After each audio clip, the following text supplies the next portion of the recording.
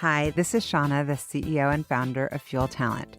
One of the things I have loved most in my 25-year recruiting career has always been the stories that people tell. Stories of leadership, career choices, company ideas, and team building. My inspiration for starting the What Fuels You podcast came from being curious about people's lives and wanting to help share their stories. What path brought them to this place? What decisions did they make that led to failures and successes? Who influenced those decisions? And what lessons were learned along the way?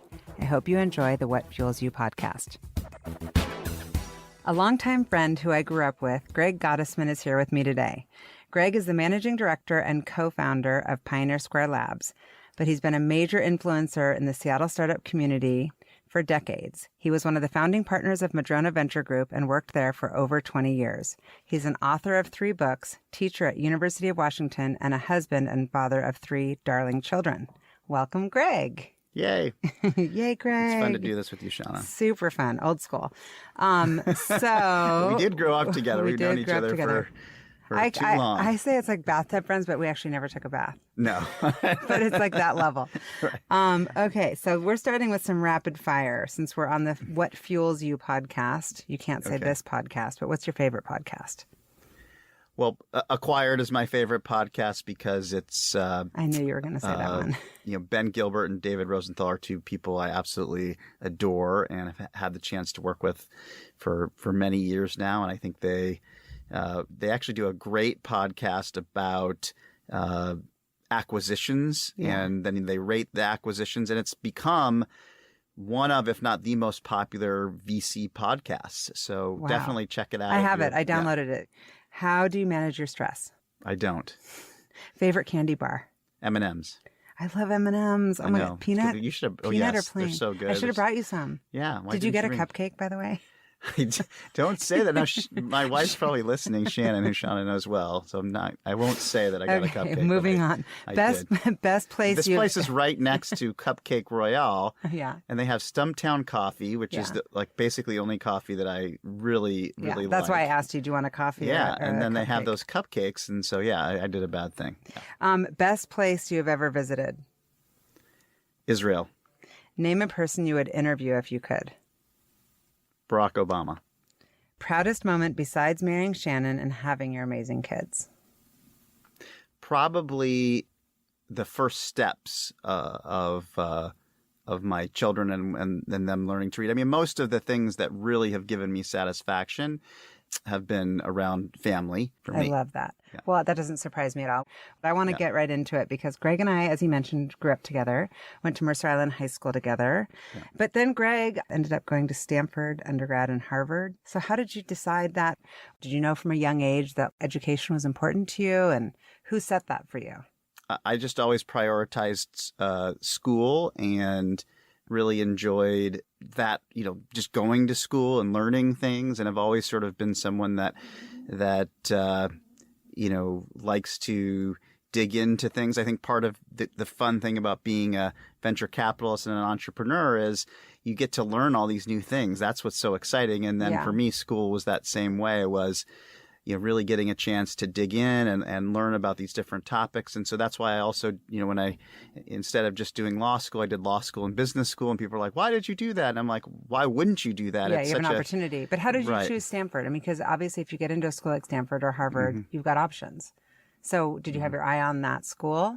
Or I think for undergraduate, I also did look at some of the East Coast schools, but I thought at that stage I was a little bit immature for my age, if you remember me that way. Didn't want to go too far away. No, I liked being on the West Coast. I thought that was a really that was one of many factors, and so Stanford's such an incredible place.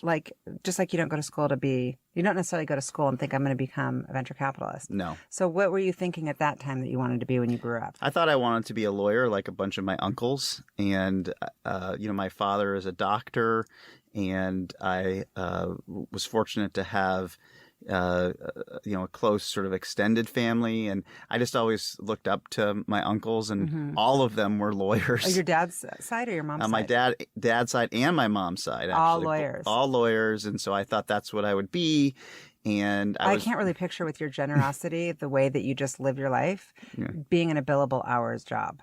I can't picture that because you give so much of your time that's just not, there's no ROI necessarily that you can measure. You're just like, I'm going to meet with this person or mentor that one. Yeah. And lawyers, I feel like. They bill by the hour. Yeah. What you said, I think, is correct. I just didn't find it as rewarding as things that I was doing on the business side. Yeah. And so in preparing for this podcast, I learned about the 3 books, which I don't even think I realized. I knew about the blog. What are the 3 books? When did you write them? And I'm so sad that you... How did I not know about these books? Yeah. So when I was in college, I wrote this book called College Survival. And wait, I did know about that book. Yeah. Yeah. Okay. Yeah. And so it was fortunate because Simon & Schuster published it, and it became, the best-selling college survival guide at that time, and sold a lot of copies and really helped pay for my graduate school. That's so cool. Yeah, so that was a really great thing. I'm going to get that. I'm going to get it. That's well, such it's sort a of good call. It was it outdated came out now. They're like, where's the iPad? 1991 is when it came out, and then it went into several editions, and but that was cool. fun. And then what are the other 2? The other one that had a lot of success, and so the publisher reached out and asked if I would write Law School Survival, or it might have been a joint reach out. This is actually coming back to me now. Yeah, and so Shannon, my wife who was in law school at the same time, we wrote that together, and with a lot of help from friends, and we published that. And then when I came back first to Seattle, I did High School Survival. So this isn't Ernest Hemingway stuff. Well, that's okay. Are you going to write another book? I think it would be fun. If I wrote another book, it would be a fiction type of book. I wish you would write a parenting book because I think you've done a great job in that category. But again, we will get back to that. Yeah. But I really think maybe it's Shannon. Shannon's done a great job, but she said she would never even think about doing that as we all have struggles being parents, and it's hard to hold yourself up when we're all learning on the job. Yeah. No, it's so true. And it's one of the hardest jobs for sure. And so I know that you've been teaching a class on entrepreneurship at UW. How long have you been doing that? Gosh, like 17, 18 years now. And you must get a ton out of that. I can see that. Yeah, I really love it. I mean, I love what I can hopefully contribute to the students, and then I really love what I get back from this from teaching. And so you switch up the curriculum constantly, or is it like, hey, I've got these kind of pillars that I'm always teaching? Well, I believe that entrepreneurship needs to be taught in a hands-on way. So it's very difficult to teach entrepreneurship in a traditional way, like reading about entrepreneurship. I think you have to do it. You can't check the box like, I did that. Right. And so the way the class is structured over the quarter, it's about 2/3 computer science. So I actually teach out of the computer science department. And then I also, it's out of the computer science department and then also out of the business school. And so it's about 2/3 computer science, 1/3 business school with a smattering of design and design students and other students from like law and other areas. So after 17 years, you're tracking these people now. Are there any that you're like, hey, that was my student and now look at them now? Yeah, some of them. So there has been many students that have come back and worked for companies that I've been involved with. Some have started companies. So it's been really fun. And the class basically is over the course of the quarter, everyone joins a team and builds a company, and we pitch every week. And I have entrepreneurs and investors and lawyers and other sorts of folks come in and talk about building companies. But most of the class is dedicated to the students building a startup. And That's a viable super startup. cool. And so if it's not working, we force them to pivot, which sometimes there's tears. It's really a fabulous. It's real life stuff. It's real life, trying to make it real life. In high school, I know we talked about this, like just kind of doing something like this. Like what a cool thing I want my kids to go to that. Yeah, well, I think it can work at a younger age. I think we don't give enough credit to high school students, even middle school students. They're super creative. One thing that they don't have, like the computer science students have, is the ability to build product. And so it would be more business plan or more businesses that wouldn't require probably as much actual product to be built. Whereas I love to see in this University of Washington course, we actually you need to have a prototype and a demo and those sorts of things. That's but definitely you super could do it in high school, and I think it would work well. Yeah, I think you need to start that. I think it would be great right before my kids. Yeah, I think you should start that, Sean. You could do it. You could do it. So I know that you were at Madrona for 20 years. You're kind of Madrona and Greg kind of go hand in hand for a lot of people, I think. And then recently started Pioneer Square Labs. Did you love that experience? Oh, I love that experience. Just building something, because going over and seeing your office, I'm like, how cool! Like this is yours, and you rode up on your bike, which made me extra happy.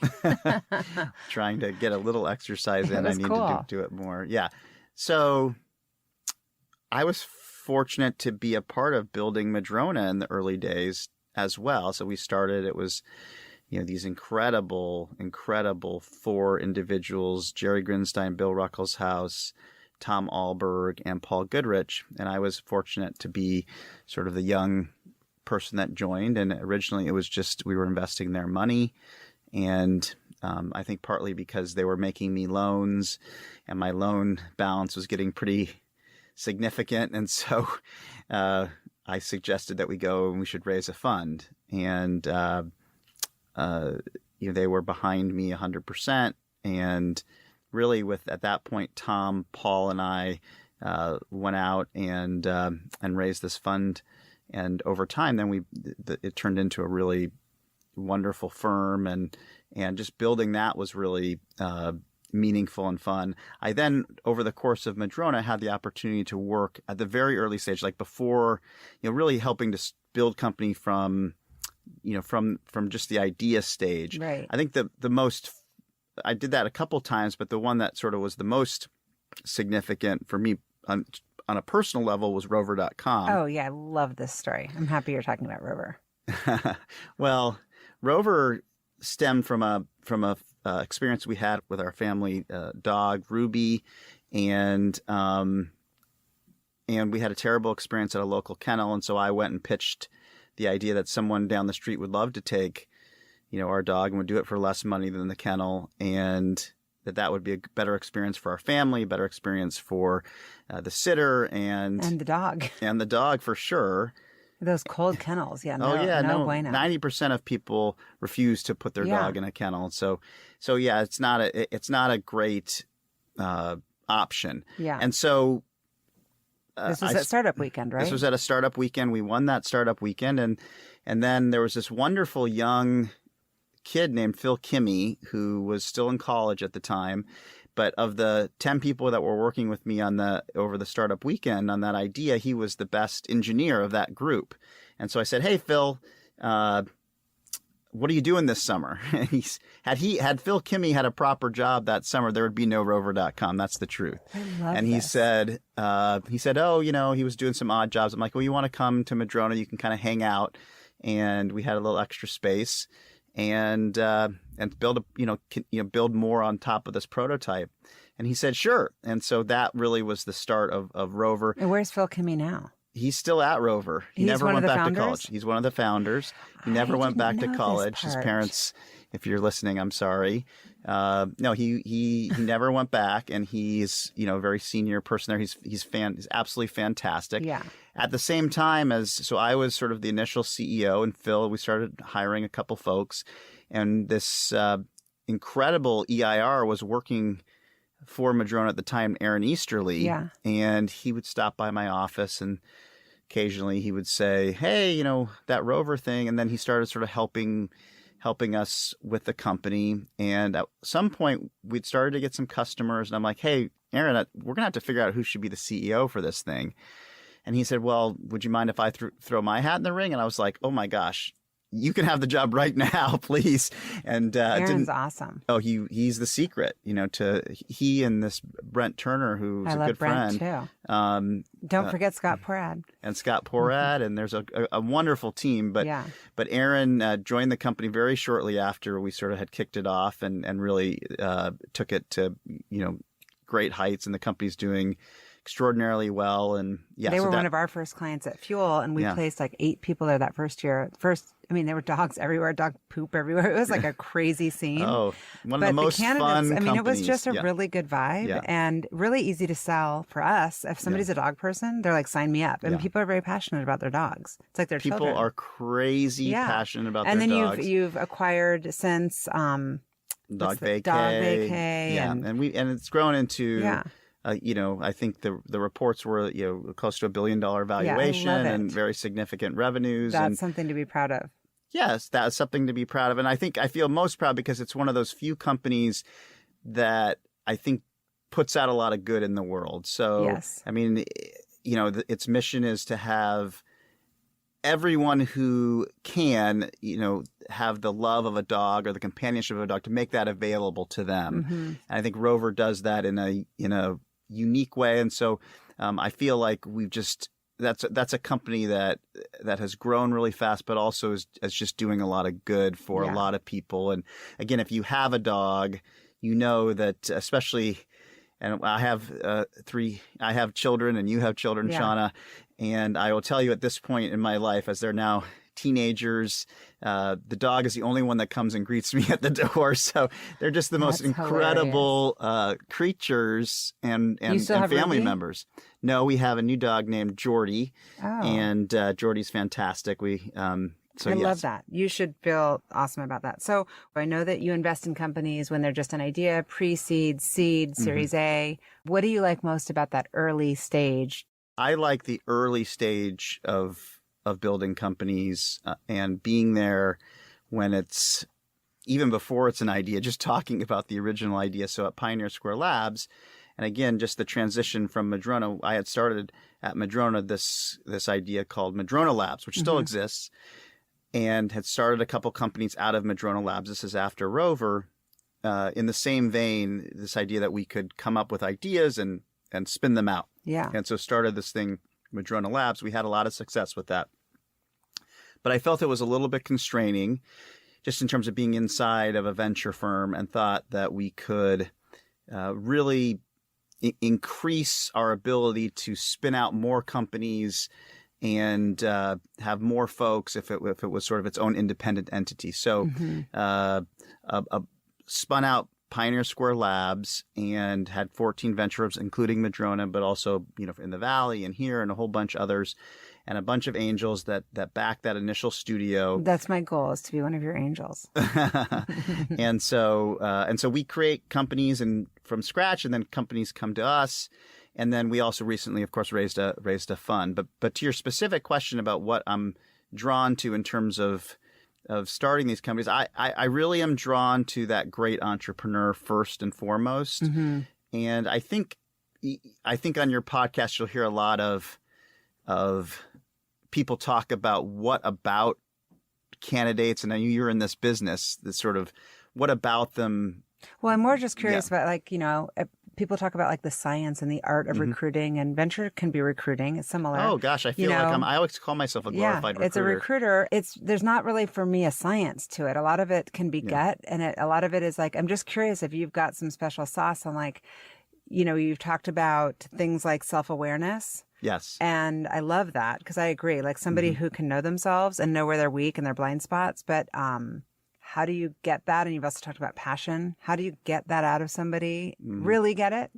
Well, I like to, when I'm interviewing someone, one of the questions I ask, which is a sneaky way to get to self-awareness, is to ask someone, who would you put on your team if you were going to be the best entrepreneur you could be? And it's interesting to hear people talk about that. Are they putting themselves in a position to put someone strong where they're weak and know correct. that they're willing to talk about it and say, hey, I'm really strong technically, but what I need help with is on some of the business side, or I tend to be a very good strategic thinker, but I really need help on the management side. I actually think that's a wonderful interview answer if someone can be crisp about not just their strengths, but also their weaknesses, because then that they understand what it's going to take to really build a company. And so self-awareness is a really great and sort of nuanced trait to look for in an entrepreneur. I love that. And also I think that leads to accountability, because if they've already put it out there, then they're not trying to fake that they're all these things that they're not, because nobody can Correct. be everything. Yeah, and they're more, they're open to coaching. They're open to having other people take over certain responsibilities, and that They're tends not to make for a good ego-driven. leader. They're more like, let's Right. just move this Right. thing. And so what about you? I mean, I know that you're probably extremely self-aware, but not always. where's your blind spots? Well, I think I'm a good recruiter, so we could do some trades about things that I feel strongly about. I'm good at selling a vision and putting a vision out there. That's a Gottesman thing. I can't say no to a Gottesman. Yeah, my brother Dan, who's very close with Shauna, is equally you not guys better are, than all me. of you guys are like, Gloria, I can't say no to a Gottesman. Jim, Timmy. Yeah, they're very good at making their views known. But so I think that's a strength.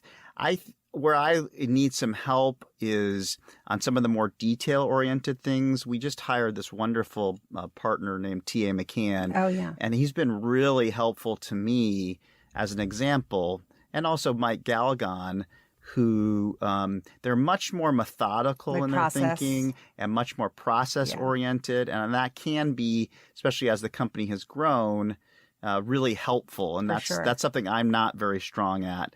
And I don't like doing the process stuff. And you know yourself. I'm this exact. You're describing me, and my Derek on my team is that person. And I'm like, thank goodness we're like a real. He's putting a process to things, and it does make it more efficient as a company.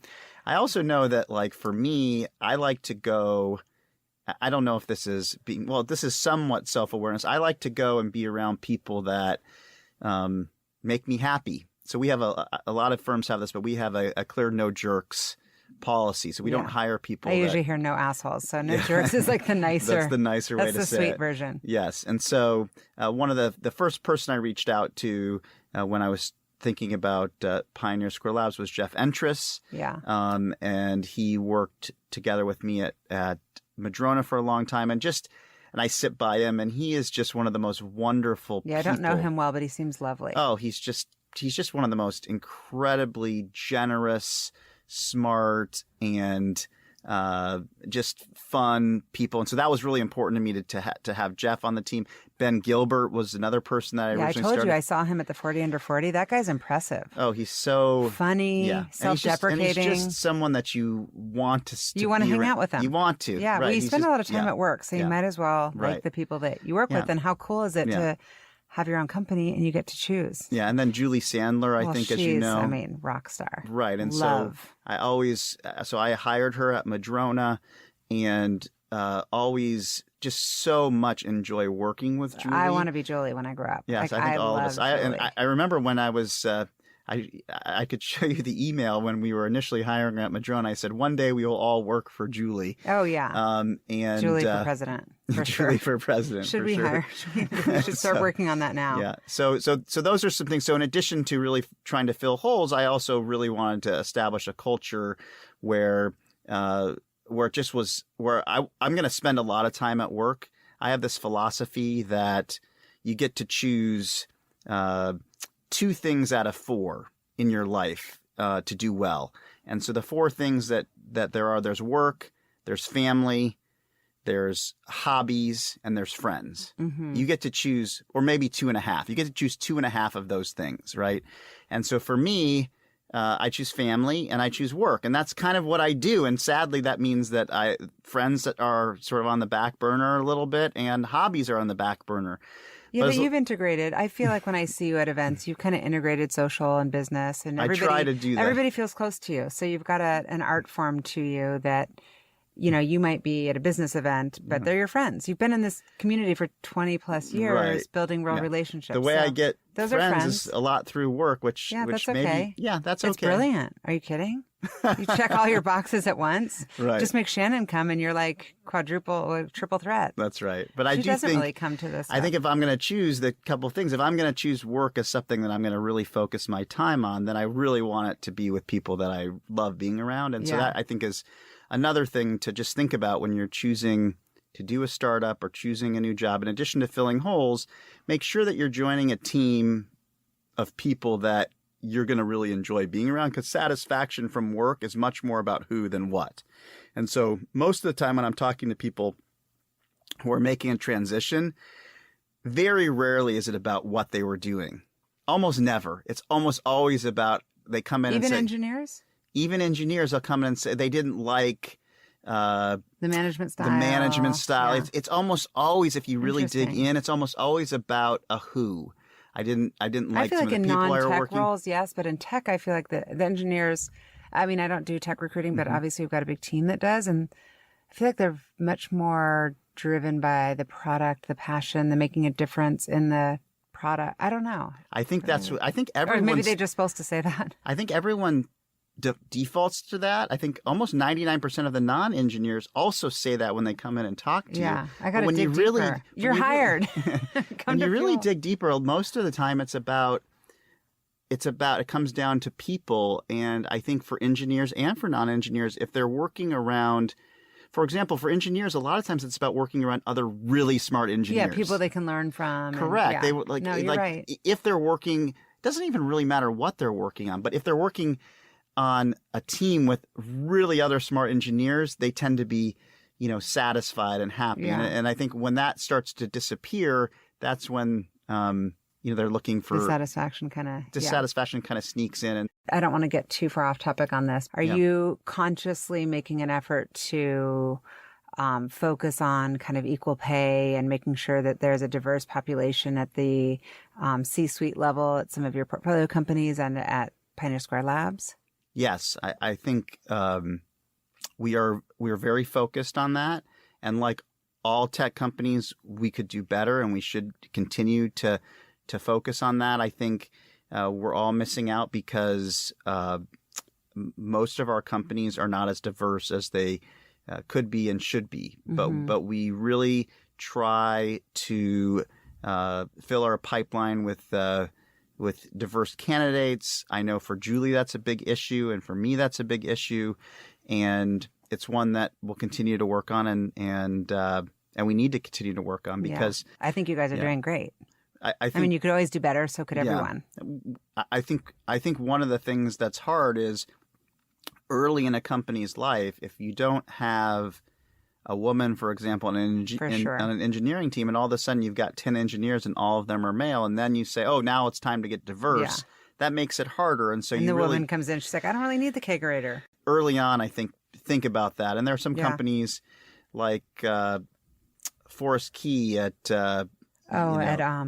Yeah. He really sort of focuses in on that and has from the very beginning, and he has one of the most diverse teams because of the fact that he was thinking about that from the very beginning. Yeah. And so I think, again, when folks are starting out and building their initial team, I think it can't be sort of an afterthought. You have to be deliberate. No, you have to be deliberate and intentional about it. Yeah. Given that you've done so much investing and you've gotten to meet so many entrepreneurs over the years, but haven't been an operator of a tech startup, if you were, I'm sure you know who you'd put together as your dream team. But what role would you be in? Like if you were to walk into Rover and interview today, what would I interview where for? Would you be? Head of talent and culture?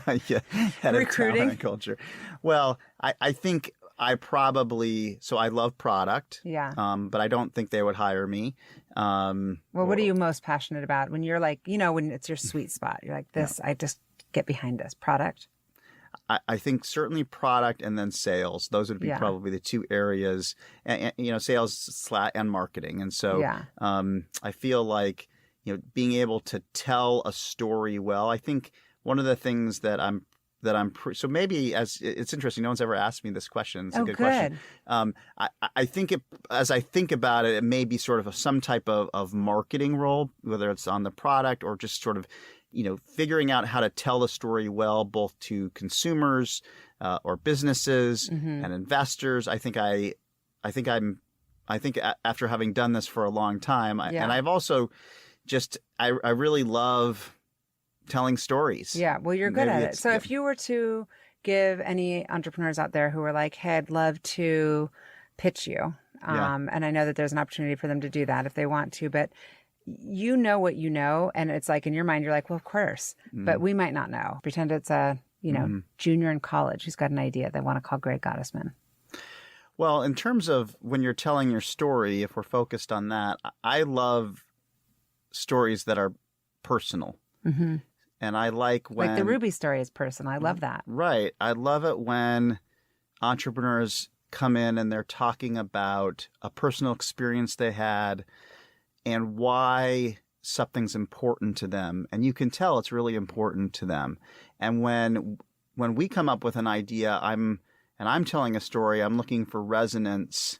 So one of the companies that we were fortunate to have started at Pioneer Square Labs is this company Boundless. And this was an idea around making the immigration process smoother and more accessible. And it's such an important company for right now for a lot of reasons. It's so relevant.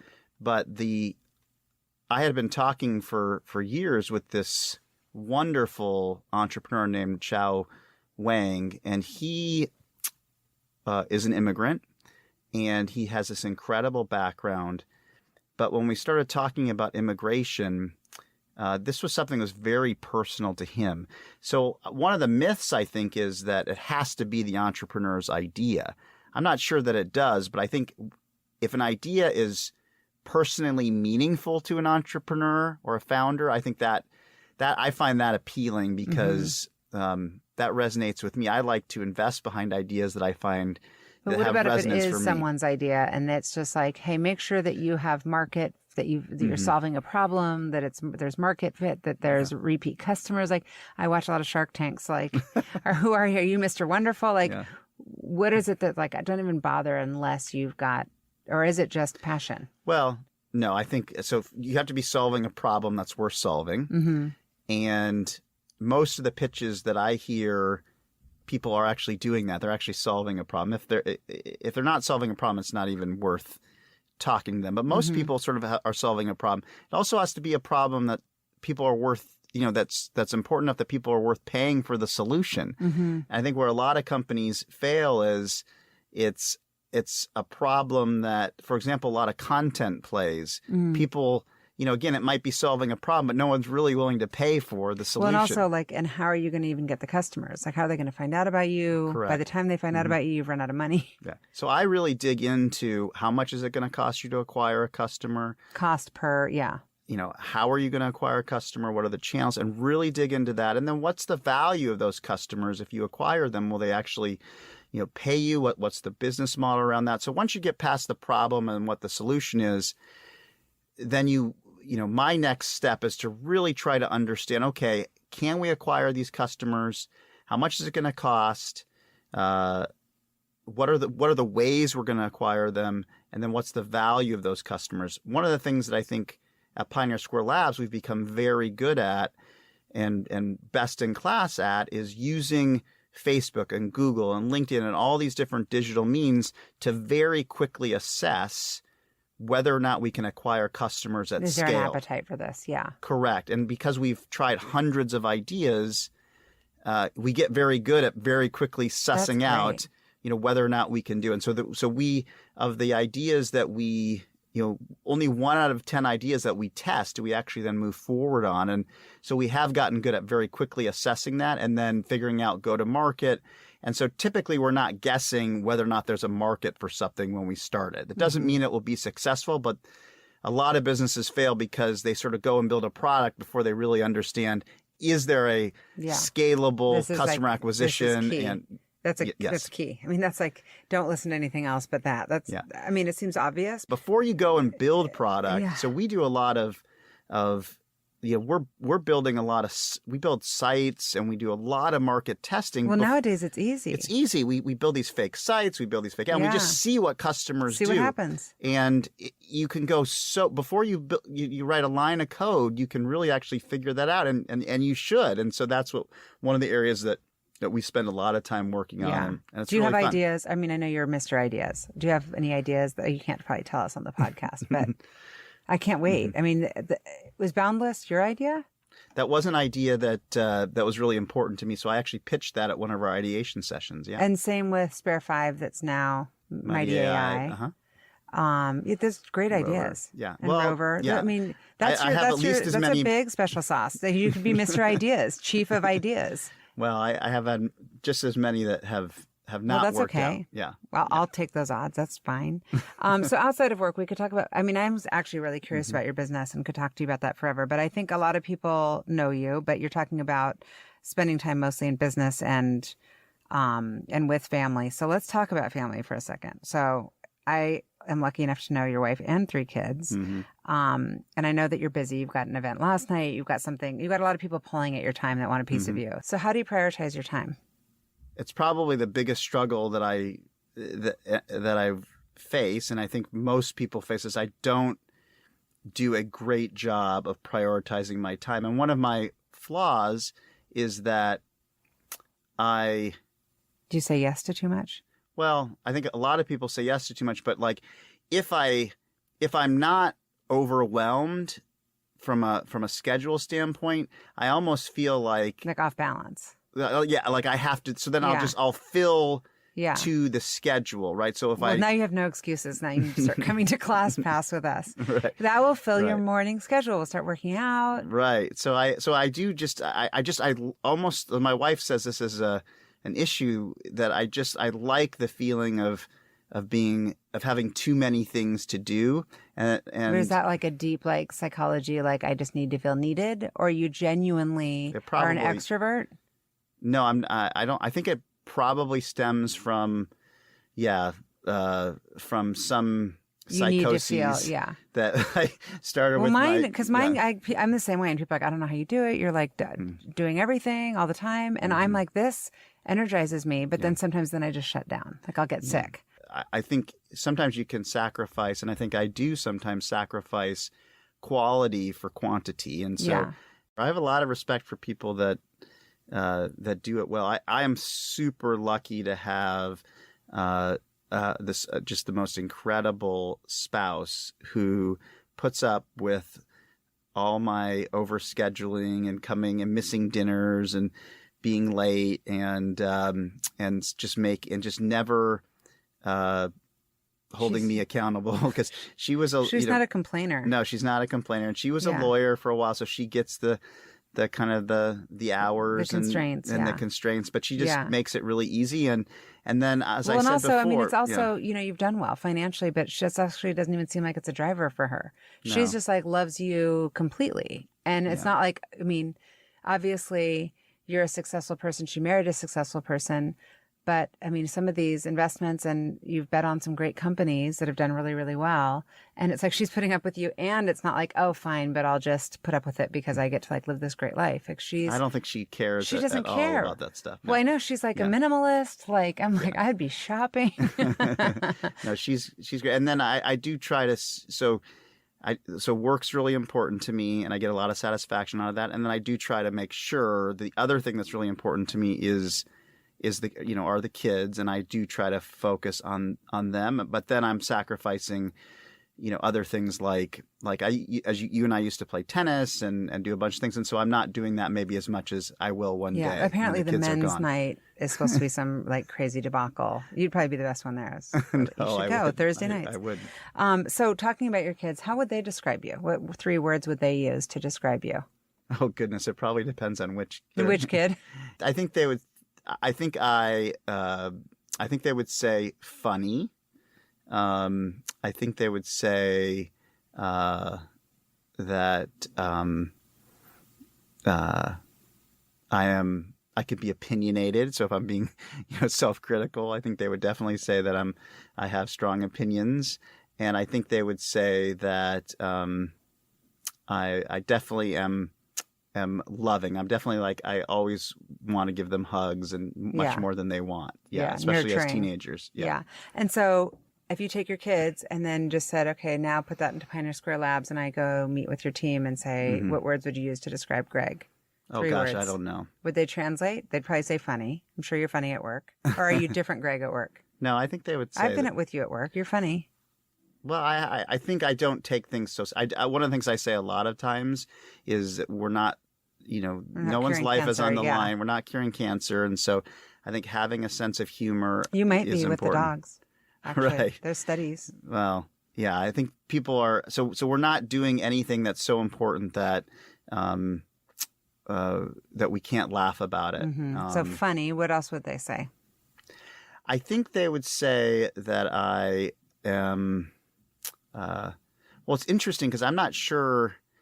You'd have to ask them. I don't know. I definitely. I'll bring in Julie. Ask Julie what she would say.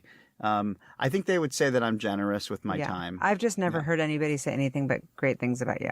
Seriously. I mean, not that I'm like going around and surveying. To more people. I'll talk to your kids when you like. Yeah. Well, I try to be, I think my kids would probably say nice things, but. Your son, I spoke to him for a really long time at Sydney's graduation, and he was so sweet and had an incredible Zach. I mean, he just had the nicest things to say. I was like tearing up. I felt like I was like, oh, I mean, it was just amazing. So. That's Shannon. Yeah. Well, so, we've talked a lot about you, kind of the generous, loving, but I also think you've got a side to you, you're a fierce competitor. Mm-hmm. And so on the ping pong table, especially, right. I haven't played you in a really long time, but I get my ass whooped.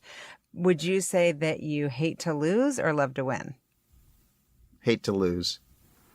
I think a weakness that I have is that I do, if I don't win, I constantly reassess. You're like picking yourself apart for it. Correct. The best Greg would be a forward-looking Greg, and a lot of times I'm a backwards-looking Greg, and I think that's the best Greg would be a present Greg.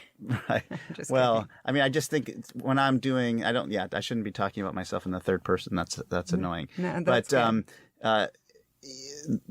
when I'm being my best self, I think I'm more forward-looking, but I do tend to look backwards sometimes. And actually, you were talking. So one of the things that I can't. Actually, it was Matt Benke, who's this wonderful. Yeah, my friend Grant Reese. People just really. Yeah. I loved really Matt. Stepped in for him. I mean, people just, I never got to meet him. He was a client, but I never physically met him in person. And I cannot believe, the strength of that family and those friends. Oh, yeah. And he was one of these amazing people, but the founder of Spare 5. Yeah. So I hired him to run Spare 5, and then it became Mighty AI, and he really grew that company into something very special. And he was a very amazing person on so many levels, but he convinced me that I should start trying to ride my bike into work more, and that was really Matt. And when I ride in, I often think about him. But one of the things that's been nice about that is really just to give yourself just a moment to. And I ride when it's sunny. Just to be present. Just think about things, take it in. And today especially. I took pictures of leaves today. I'm like, what's happening? I'm like turning into that person. But I try to look beautiful. forward during those rides as opposed to backwards, but I sometimes catching myself, thinking about things I could have done better instead of really thinking forward. And then I try to, I'm always forward thinking, but in a slightly neurotic way. Similarly, probably I could probably stand to look back a little bit more. So the fact that I have the opportunity and privilege to know your family so well, I'm curious to know which attributes are Gloria and which are Jim, and then we won't dig so deep on the family stuff because you might feel like you need to lay down for this part. Yeah. Well, they're both funny as can be. Yeah, my dad is definitely my role model, and he's an amazing person, much smarter and more. I still aspire to honestly to be more like him. He's very generous with his time. He was a surgeon, and gosh, what are the things that I do like him? I don't think I do. Honestly, I don't think I do enough things like him, but I definitely think some of the, some of the sort of more quantitative and analytical sides, I think come from my dad. And my mom is a great salesperson. She's just Gloria. She's just a force of nature. And I'm super lucky to have a mom like her because she really, the other thing, she was always family first, and, for my brothers and I try to be that way for my kids. So we always felt, that we knew that she really loved us, and that gave us, I think, a lot of ability to go and take chances. And so that's I hope that I can give that to my So kids. the attributes you've gotten from them would be a lot of good ones. I mean, those are good ones. Yeah. So definitely more of the quantitative side from my father, and more of the qualitative stuff. From, I see both. That's what in your looks and your mannerisms, you're all kind of like the same. It's like one big Gottesman like mishmash. And then, so talking about back to Matt, what a legacy. I mean, we're not old, but we're not 20 anymore. And so as we get older and it's like divorce and rehab and death and crazy, sad things that are happening, I think maybe you're not thinking about this kind of stuff, but I sometimes try to think about big picture things like what's the legacy that I want to leave?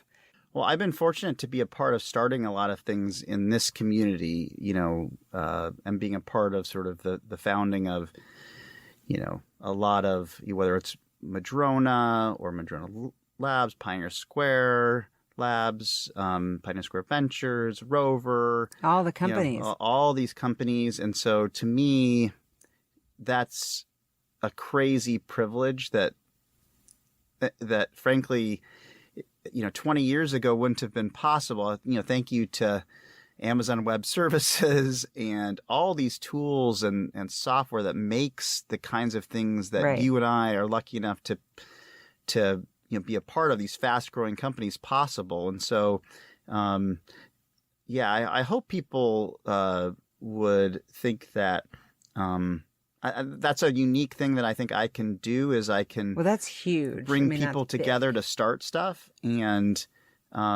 then leverage some of the great stuff that other people are doing. And so if I can keep doing that for a little while, that would be really fun. I'm lucky that people pay me to do that. I would do it for free. Yeah. Well, there's a lot of also, I think people would probably say, and you might not even know them, to be like, oh, I don't know if you remember this, but like 15 years ago, you had coffee with me and you helped me really think through, and I pivoted my whole career. And now I bet you there's a lot of stories out there of the people that you've mentored.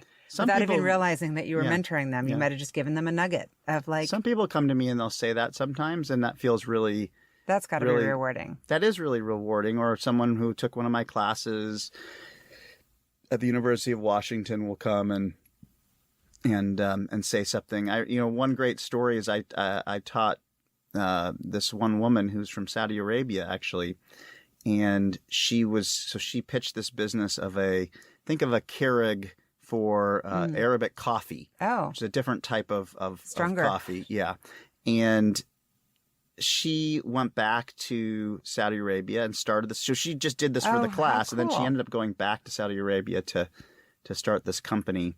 Anyway, long story short, she comes back, years later and says, it's become quite a successful company. And Saudi Arabia had put her on a tour of the world as an example of women entrepreneurs. Obviously, they were using that, super cool. Of women entrepreneurs who had started these businesses. And she's met with me. She's like, Greg, I can't drive, but I have I can't remember what she said, 80 men working for me or something like that. Good for her. And that was a really rewarding, well, of course, rewarding experience, just to have played a small role in helping her to, forcing her basically to come up with an idea for this class, and then it turned into a really cool business somewhere far away. That was kind of a fun, that's super cool. A fun thing that not many people get a chance to feel like they had a small influence on. Yeah, I love that. For those of you listening, I want you to know that Pioneer Square Labs has a really cool website, and they've got very interesting opportunities. And so if you want to follow them, it's psl.com, pioneersquarelabs.com. Yeah, so you can think of it as pumpkin spice latte, but... I like pumpkin spice. Those are fattening. We shouldn't be having those. All right, we shouldn't be having them. Yeah, but psl.com. Those are like 700 calories. And one thing I will say is, I do love... also, I'm at Greg at psl.com, and love to talk with entrepreneurs, and if I can be helpful, sometimes I could be helpful over email. I like to try to do that. I think Seattle is... This isn't going to help with your time management, by the way. I'm kidding. Yeah. It's very generous. Well, I think Seattle is... I'm really excited about the next 10 years for Seattle. We're so fortunate to be in this city at this time. I mean, we just happened to be born here. Yeah, we're really lucky. What if we were born in like somewhere else in the United Oklahoma. States? Right. I think it would just be, I think we'd be living much different lives, and I'm not sure we would have all the privileges. But being in Seattle at this time, I agree. Gosh, how lucky are we? And that we both moved back. Right. I mean, kind of random, but kind of cool. There's so much great stuff happening that we're one of the sort of the hubs for great engineering talent. Oh, yeah. And engineering talent, I think, is the core of a lot of these great startups. And then you put that with sort of emerging business talent to go along with that. And so obviously there's Silicon Valley, but if you could choose one place in the world to sort of start a company now, Seattle, I mean, in the world, I think Seattle is where I would start a company. I'm not just saying that because we're here. I just think there's just all these great engineers, and I think people are good to each other. Yeah, well, there's a community, which is and there's nice. a community, and I just feel people are very helpful. So lucky. Yeah. And then you drive across the bridge and you look out over the mountains. I mean, we're really lucky to be in this the water, community the right mountains, now. all of it. I agree. Yeah. Amen. Go Seattle. Thank you for listening to the What Fuels You podcast. Be sure to subscribe, rate, and review on iTunes, Google Podcasts, or Spotify, and follow us on social media to keep up with the latest news and episodes. You can also contact us at podcast@fueltalent.com to provide feedback, ask questions, and share topics or guests you would like us to cover in the future. We hope you feel inspired by our guests and that we have helped fuel your day. Join us next time for another episode of What Fuels You.